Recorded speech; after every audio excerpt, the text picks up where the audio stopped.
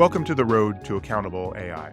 I'm Kevin Werbach, Chair of the Department of Legal Studies and Business Ethics at the Wharton School of the University of Pennsylvania. I've been studying emerging tech my entire career, with a focus on the complex interactions among technology, law, and business. On this podcast, I'll interview leaders in the fast-developing area of responsible, safe, and trustworthy artificial intelligence, or as I like to call it, accountable AI. You'll hear from practitioners, academics, and policymakers working to address the real-life challenges of making AI systems that serve human needs while meeting important legal and ethical obligations. My goal is to dig into the state of practice among leading-edge organizations, as well as current public policy developments around the world. With the rapid development and deployment of AI, we're well past the point where high-level aspirations, statements of principles, and thought experiments are sufficient. No one wants to see AI systems that discriminate against people from certain groups, for example, but how do organizations actually tackle the challenges of algorithmic bias? Just how much is AI really a black box? And what can be done to make it more explainable and interpretable? What are the best practices for handling the data that powers AI systems and building models that are robust to the inevitable challenges over time? Is there anything that can be done about the dangers of deepfakes or concerns about intellectual property violations with generative AI systems? And just what are the legal and regulatory obligations that those building and deploying AI systems need to address? These are the kinds of questions that thoughtful people in the AI space are thinking about and trying to address today. Some have been doing so for years, deploying increasingly sophisticated approaches. On this podcast, I'll engage with the experts to give you actionable insights for this important set of challenges.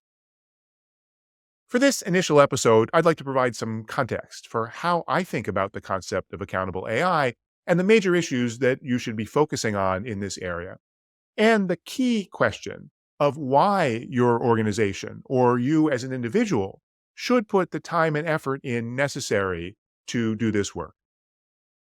I also periodically post my analysis and commentary on Substack at accountableai.substack.com.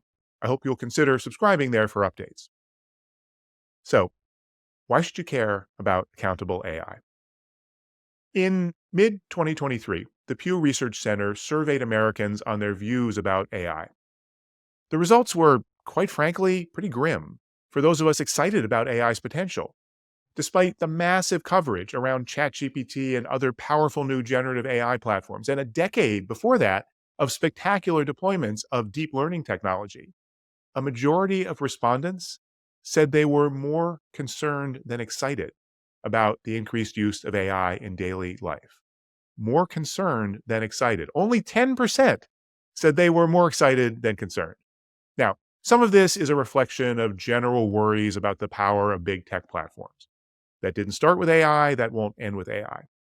But one of the most significant aspects of the current AI boom is that it's not just Google and Microsoft and similar big companies that are investing in or deploying AI solutions. AI has applications for virtually every industry, virtually every company. Already, almost every substantial firm that you can think of is already at least experimenting with either generative AI, predictive models, or both. And AI is being incorporated into tools for functions like hiring, marketing, data analysis, and customer support that are used by even the smallest companies. Not to mention foundational productivity tools like word processors, email clients, and spreadsheets. According to the Conference Board, a majority of all U.S. workers are already using generative AI, often without the approval or knowledge of their employers, of course. Now, one possibility is that AI has no serious problems, and people are just unreasonably fearful about the dangers it might cause. Even if that's the case, concerns about AI will reduce adoption, create customer backlash, and lead companies to hesitate rather than innovate. It will also lead to overly restrictive policies and laws. And the reality is that the worries about AI are not unfounded. For years, there have been countless examples of AI systems that, for example, show racial and gender disparities in recognizing faces, recommending people for jobs, and issuing credit. The recent wave of generative AI popularized the phenomenon of hallucination, where chatbots confidently relate facts that are not factual. Deepfakes and other AI generated misinformation threaten the integrity of our elections and provide opportunities for harassment and crime. Autonomous cars crash, and AI driven systems for health insurance and public assistance unfairly deny benefits. We've seen it already now, time and time again.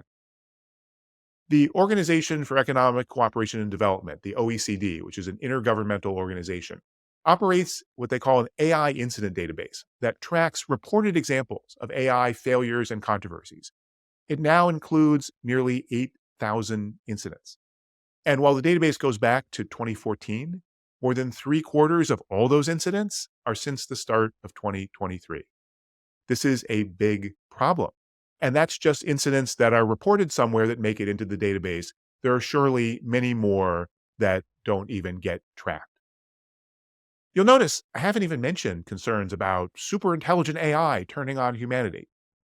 While there are important questions around the capabilities of so-called frontier models, the problems I'm talking about are not hypothetical future possibilities. They are happening right now, today.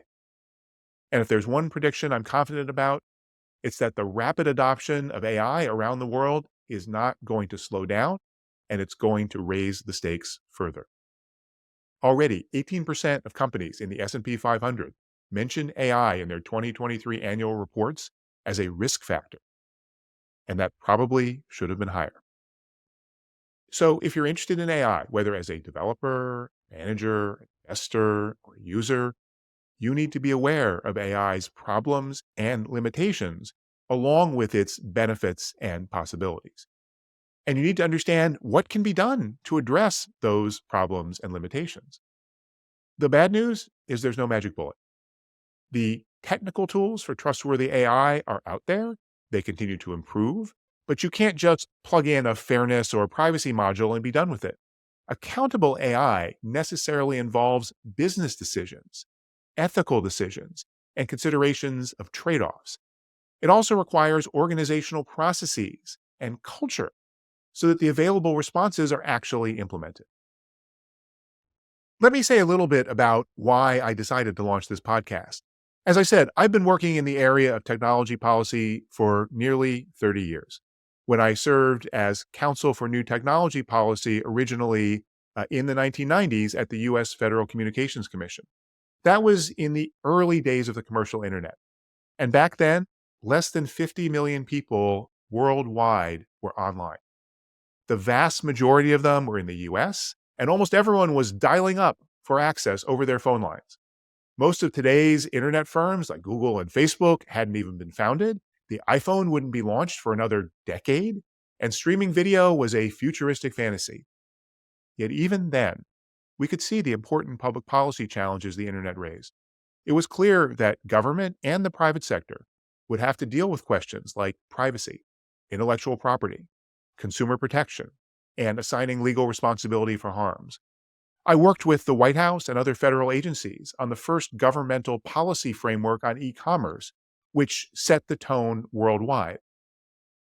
Ever since then, I've looked for emerging technology trends and inflection points when technologies suddenly accelerate their adoption.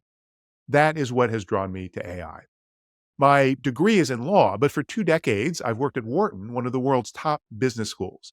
So I focused on the confluence of legal, regulatory, and ethical questions and their relevance for business. Along the way, I've written books on gamification and blockchain, written on topics ranging from wireless spectrum sharing to network neutrality to China's data-driven social credit system. And the reality, as I've found, is that public policy is messy. What laws are adopted and the gray areas they leave and how they're interpreted are all complicated, human-driven phenomena. The same is true about how organizations behave. Companies, even the biggest and most powerful ones, are communities of people, making countless decisions that call for judgment. The organizations that do the best have an understanding of the issues and a perspective on macro trends, but also cultures that reward both creative innovation and doing the right thing. So that brings me to AI. When I look at AI today, I see incredible promise. both for economic efficiency and other financial benefits, as well as in improving human lives. Some of that promise is already being realized, but there are huge challenges and uncertainties. Companies and governments are responding differently to those challenges, as they always do. Microsoft, Google, Salesforce, and Meta are all big tech companies, but they have very different cultures if you know them. And the culture of, say, Microsoft today is completely different than it was 20 years ago.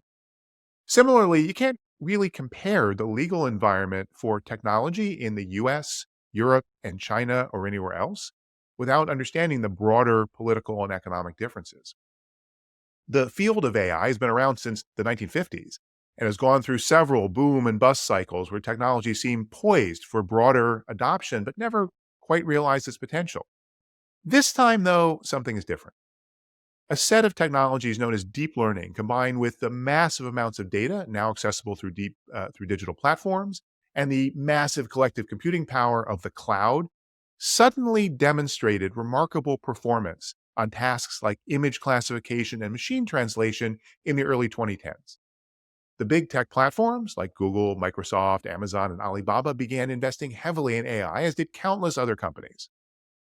Recognizing the power back then of that machine learning revolution and the larger potential of data-driven techniques, the Wharton School, where I'm a professor, created a cross-disciplinary concentration in business analytics. This was around 2015 that this got off the ground. I was part of the committee that developed that program. And as we were discussing it, I made the point to my colleagues that even as we taught our students the methods to harness the power of AI and analytics, the techniques for what to do to build these kinds of systems, we also had to address the significant challenges that were raised. We had to address the ethical and societal problems with AI and other algorithmic systems, as well as the range of legal and regulatory issues that might be relevant, even if there wasn't yet specific legislation. To their credit, all of my colleagues agreed with me, but none of the others had the expertise to teach a course on those topics. And so I remember distinctly, they all looked at me and said, okay, what are you going to do? And it turned out at the time, there were very few courses on ethical data science anywhere. And as far as I could tell, none existed in a business school. So I created one called Big Data, Big Responsibilities that launched in 2016. And it highlighted issues such as accuracy, privacy, fairness, and manipulation with all forms of algorithmic systems, including AI. And since then, I've taught students about the evolving set of ethical and legal challenges as the technology continues to develop, while following important market evolutions in my research. Three things have happened that convinced me to launch this podcast on top of the other research and teaching that I'm doing. The first is we've had another inflection point with the maturation of generative AI. The launch of ChatGPT in late 2022 was in some ways just another step on a long technical journey. It was based on foundations that had been set several years before in academic work and publicly accessible work at companies like Google, and then wave after wave of GPT technology developed by OpenAI. But in other ways, ChatGPT was a shot heard around the world. It was the starting gun for a massive global race to implement generative AI far more broadly and deeply than ever before. The capability was just too great to ignore. It turns out, though, that generative AI raises virtually all of the legal and ethical issues that were already on the table with other machine learning approaches, and adds a few of its own. One of the topics I plan to discuss with some of my guests is where accountable AI challenges are unique to generative AI.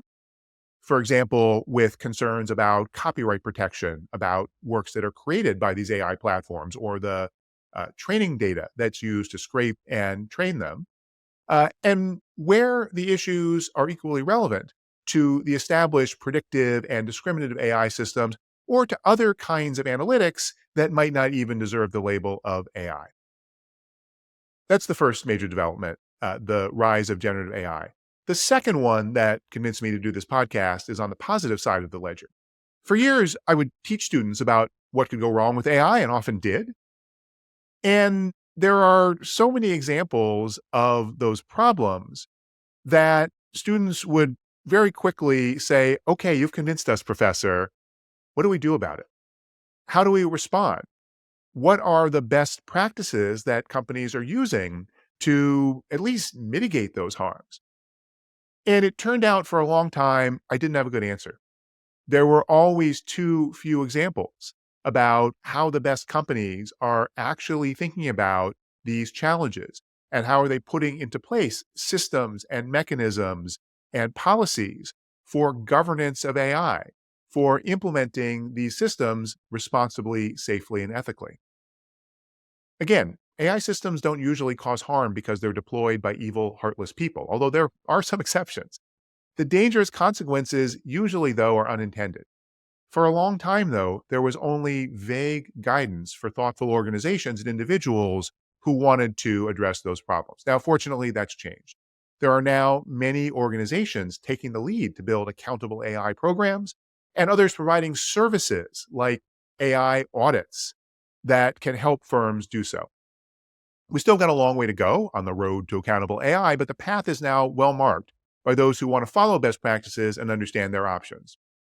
This podcast will bring you some of the most prominent and sophisticated thinkers addressing these challenges in real organizations. The third major development is that AI is now a big topic among regulators, legislators, and other government agencies throughout the world. As I said, there were important legal concerns for AI even before there were any AI-specific laws, but now there's more than ever to be aware of. I was in the US government when the first battles were fought over regulating the internet in the 1990s, and I've engaged in many tech policy debates since then. AI, I am convinced, is the next massive wave of technology, legal, and regulatory development. You need to understand what is happening and what is likely to happen and how it might cover whatever organization or activity you're involved with.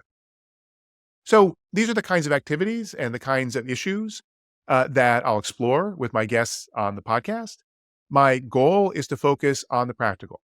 How do companies with effective accountable AI efforts structure their programs? What are the most important steps to take and the most important missteps to avoid? What will the real implications be of the AI legislation and regulatory activities that are under development? In a recent post on my Substack, I listed 5 reasons for investing the time and resources necessary to engage successfully in accountable AI. So that's the last thing that I'd like to leave you with in this introductory episode. What I find interesting is that in many ways, these arguments that I'm going to give you are the same ones for why companies should engage in ethical or responsible business behavior more generally. For many years, Wharton has had a required class for MBA students on ethical and legal responsibility. When I started teaching it, I was worried that it would be difficult to convince our students to take these issues seriously. They're business students, of course. But what I found was that if presented properly, these are topics that students relish the opportunity to consider because they know they'll face difficult questions as they move throughout their business careers. And they realize that these are not things that you will necessarily understand how to address just by learning the other kinds of skills that are necessary in business. The trick is not to pretend that law and ethics are simple, that I or anyone else can always tell you the right answer, that good people always do good things, or that bad things always come from bad people. Instead, it's essential to understand that the legal context and ethical frameworks that develop throughout history provide some context for developing a thoughtful approach that makes sense in the particular unique context that you are going to find in your business situation. And then with those frameworks, you can learn from the experience of considering different examples if you're able to work through those case studies. And all of that's relevant to AI as well. All of that is part of the foundation for having the conversations that I'm going to have on this podcast. The 5 arguments, very quickly, for investing in accountable AI are that it's the right thing to do, risk, trust, business benefits, and regulation. The first rationale stems from the realization that actions have consequences. Yes, computers are just machines, and what we call AI is just a bunch of math running on those machines. And we know AI systems aren't perfect. But it's a big mistake to leap from there to the idea that any technology can be neutral or immune from human influence. If something goes wrong, those building or deploying the system bear some responsibility, some moral responsibility, and in some cases, some legal responsibility. Do you really want to be the one, though, who is deploying a system that spews hate speech, discriminates against marginalized groups, manipulates people, or abuses their personal information? Sure, there can be disagreement on where to draw the lines between profit and purpose, but I'm very convinced that no one goes to work trying to do evil. So, thinking about doing the right thing is an inherent feeling that most people have in organizations, and they want to know that they are taking at least some reasonable, acceptable steps to address the concerns and the problems with their AI systems. Second reason is that those AI risks can have direct negative consequences for firms that are deploying AI. There already have been many serious controversies, as I've talked about AI implementation. So, for example, just in the area of bias and discrimination, more than a third of the respondents in the Data Robot 2022 survey on the state of AI bias said their firm had already experienced incidents. And of those, 62% lost revenues, 61% lost customers, and 43% lost employees. Those are real, serious, measurable impacts to companies from failing to engage in accountable AI. And as the use of AI increases, the awareness of those uses increase, the numbers are only bound to go up. Third reason is trust. Everyone talks about the crisis of trust in today's world. I even wrote a book about trust in the context of blockchain technology a few years ago. AI promises to further undermine trust in institutions thanks to developments like manipulation, misinformation, and deepfakes. But it also faces roadblocks when people are unwilling to trust AI systems. This trust gap for AI is corrosive. It means AI won't be adopted when it should be and won't deliver the full range of benefits when it is. And that in turn leads to the fourth reason to care about accountable AI. If, as I've said before, those who fail to implement AI responsibly risk negative consequences, those on the other side will reap the benefits. There are costs, both in hard dollars for compliance and indirect cost in sometimes slowing innovation and deployment. But those investing in competencies of accountable AI will reap even more significant benefits. They can differentiate themselves from competitors, build a strong message to their employees and customers, and develop the knowledge and the skills and the experience in monitoring and measurement that will improve overall performance of their AI deployments. And then finally, there's regulation, which I've already talked about.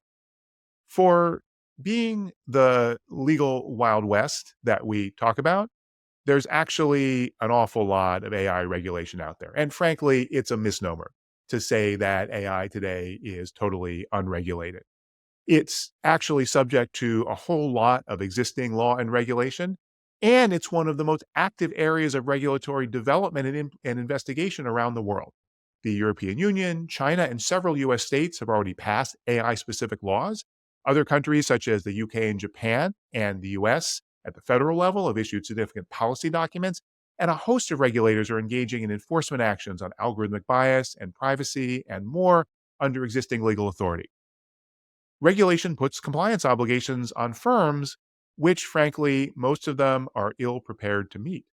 The 2023 KPMG AI Risk Survey found that 84% of respondents said they believe independent audits of AI models will be required within 4 years by regulation.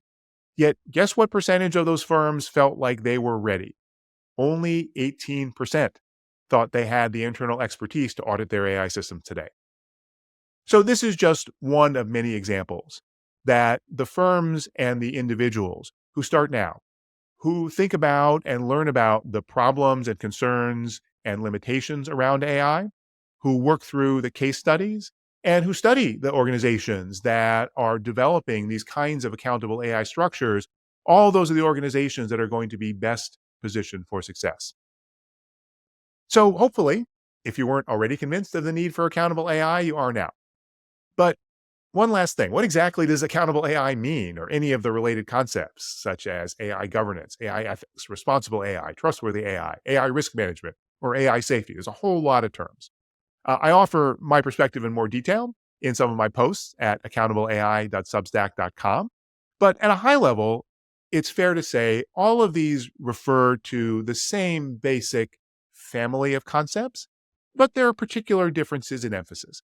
I prefer accountable AI because accountability means asserting responsibility over perspective and actual harms, then connecting that responsibility to concrete prevention and mitigation strategies, and at the same time working towards standards and processes to integrate them into business operations.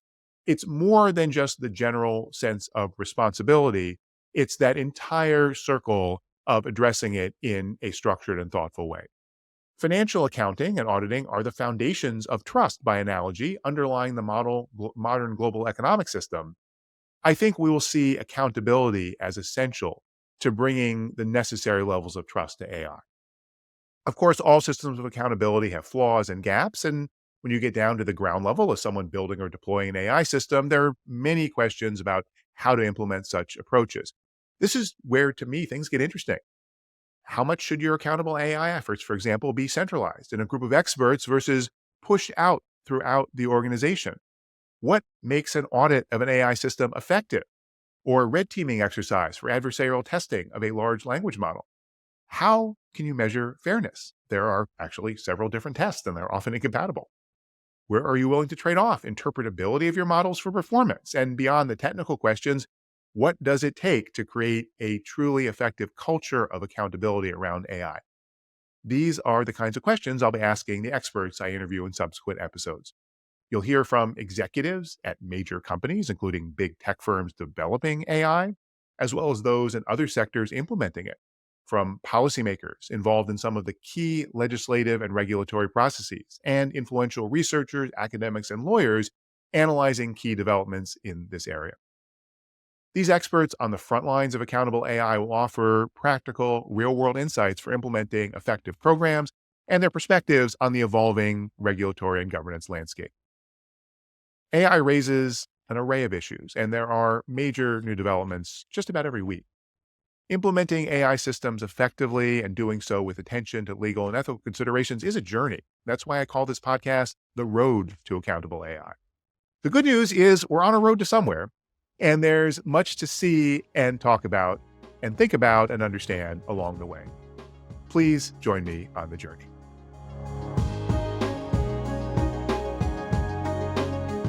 This has been The Road to Accountable AI. If you like what you're hearing, please give us a good review and check out my Substack for more insights on AI accountability.